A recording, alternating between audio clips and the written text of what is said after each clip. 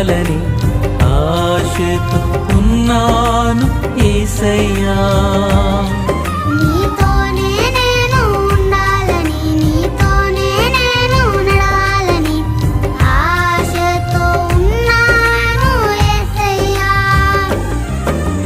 తప్పిపోయినా గొర్రెను నేను, నీ దరికి చేర్చుకో యేసయ్యా.